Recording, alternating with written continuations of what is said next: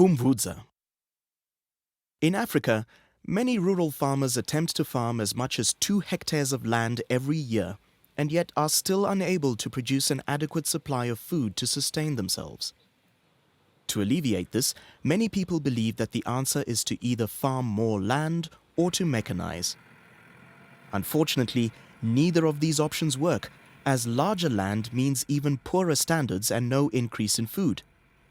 And mechanization is generally out of financial reach for most families. In 2012, God inspired a faithful man to make a plan to help families feed themselves. Through much prayer, it was revealed to him to investigate what it would take to fill a bucket with maize.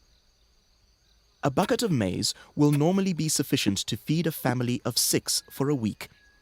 Thus, if each family was able to grow 52 buckets of maize each year, they would easily sustain themselves. The question was asked, how much land is required to feed a family for a year? Using all the foundations for farming principles and assuming that a family would require a bucket of maize per week to provide their staple diet, the following model was developed. To fill a bucket with shelled maize, you would require 56 cobs weighing 300 grams each. If each maize plant produced at least one of these, we would require 56 plants. As you have 2 plants in each planting station, you would only require 28 planting stations. These are spaced 60 centimeters apart, making each row 16 meters long.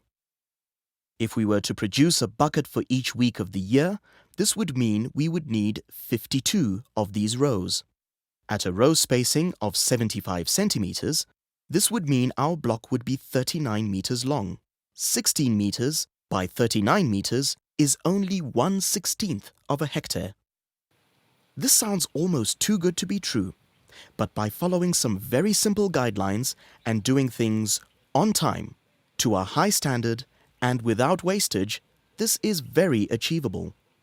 To make this a reality for people with no hope, a seed and fertilizer pack was developed.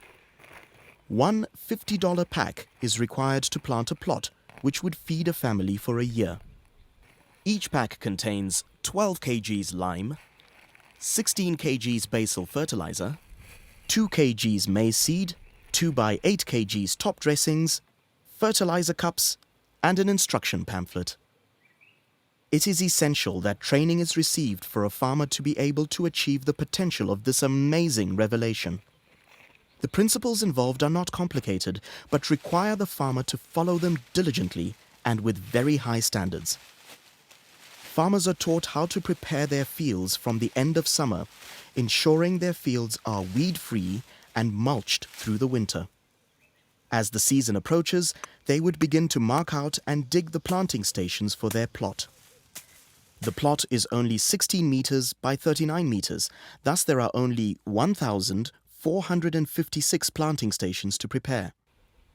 The amount of mulch required to cover the plot is also very manageable. It is even possible for the farmer to apply water to the plot in a dry period or if he desires to plant early. Once all the planting stations are prepared and the rainy season is approaching, the lime from pack 1 would be applied to the planting stations at a rate of 1 5mm cup per station. Then the basal fertilizer from pack 2 would also be applied using an 8 milliliter cup. These inputs are covered with a small layer of soil, leaving a planting depression of 5 centimeters into which the seed will be placed. We now wait for the rains. Once the first effective rains have been received, planting would be done immediately.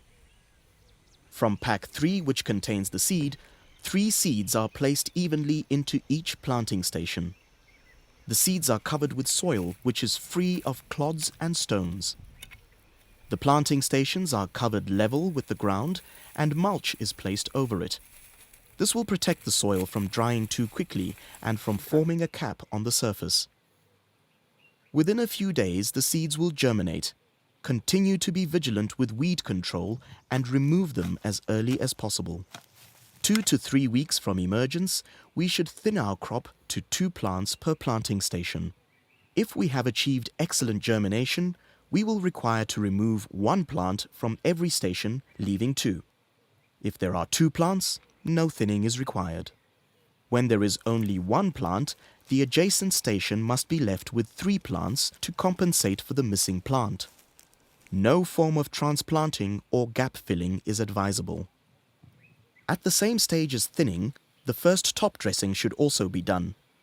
Here the fourth pack, which contains ammonium nitrate, is used.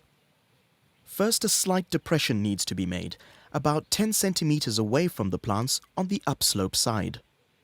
Then a 5 cup of ammonium nitrate is applied into this hole and covered. About 4 weeks from germination, a treatment for stalk borer is advised. A small pinch is placed into the funnel of each plant. Continue to remove weeds as early as possible, never allowing them to grow to maturity and infest your field with a new crop of seed. Weeding should be done all the way through the growth of the crop's life. As the maize begins to tassel, add a second top dressing application using pack 5. At maturity, the crop will be harvested. The cobs are removed and the stalks left in place. After harvest, the stalks are knocked down to form the protective blanket for our soil for the next season. With the simple instructions and assistance of the pack provided, a family should very easily feed itself for the year. This is truly a revelation to feed a nation and a miraculous blessing from the Lord.